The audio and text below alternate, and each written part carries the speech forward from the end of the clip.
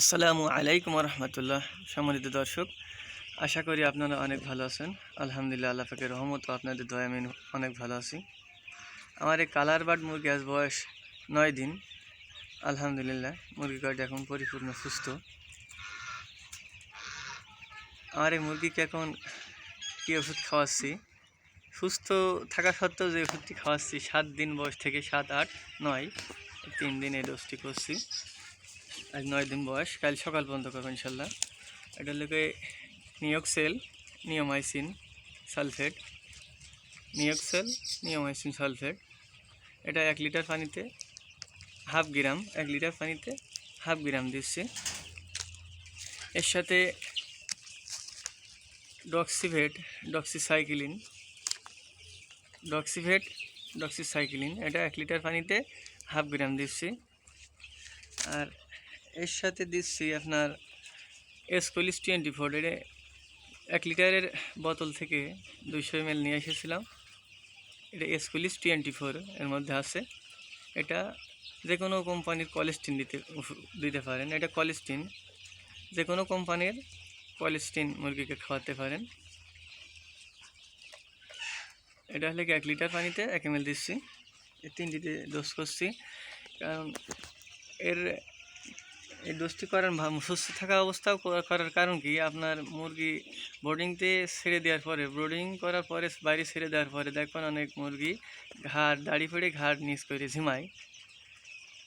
এটা হলে কি সালমোনেলার ভাব বা সালমোনেলা লাগলে এরমভাবে ঝিমায় দেখবেন। অনেক মুরগি ডানা এড়া দিয়ে দেয়। এই জন্য এই দুটি ওষুধ দিয়ে আগে থেকে ডোজ করে দিয়েছি, 3টি ওষুধ দিয়ে। এই যে নিওক্সেল আর ডক্সিভেট এই দুটো সালমোনেলার জন্য অত্যন্ত কার্যকরী একটি ওষুধ। এই সালমোনেলা। আর দেখবেন কলেস্টিন দেওয়ার কারণ কি, কলেস্টিন দিচ্ছে জন্য মানে এসকোলিস 24 এটা কলেস্টিন। এটা দিচ্ছে দেখবেন আপনি অনেক সময় মুরগির বাচ্চার বুকের হাড় শুকনা থাকে এবং ওই পা শুকনা এবং পার গিরা লাল লাল হয়ে থাকে। এটা কলেস্টিনের অভাব হয়ে থাকে, এই জন্য কলেস্টিন দিচ্ছে এর সাথে। কলেস্টিনটা 1 লিটার পানিতে 1 ml দিচ্ছি। এটা 3 দিন করব, 7, 8, 9 3 দিন, 10 দিন সকালবেলায় শেষ করে দেবো ডোজটি। এইভাবে ডোজ করলে আল্লাহ পাকের রহমতে মুরগি অনেক সময় যে বিক্রি করার সময় দেখবেন মুরগি কিছু 500-600 থাকছে, কিছু দেখাচ্ছে 1 কেজি 300-400 হয়ে যাচ্ছে, ছোটো বড়ো হয়। এই 3টিতে ডোজ করলে ইনশাল্লাহ আপনার মুরগি ছোটো বড়ো হবে না।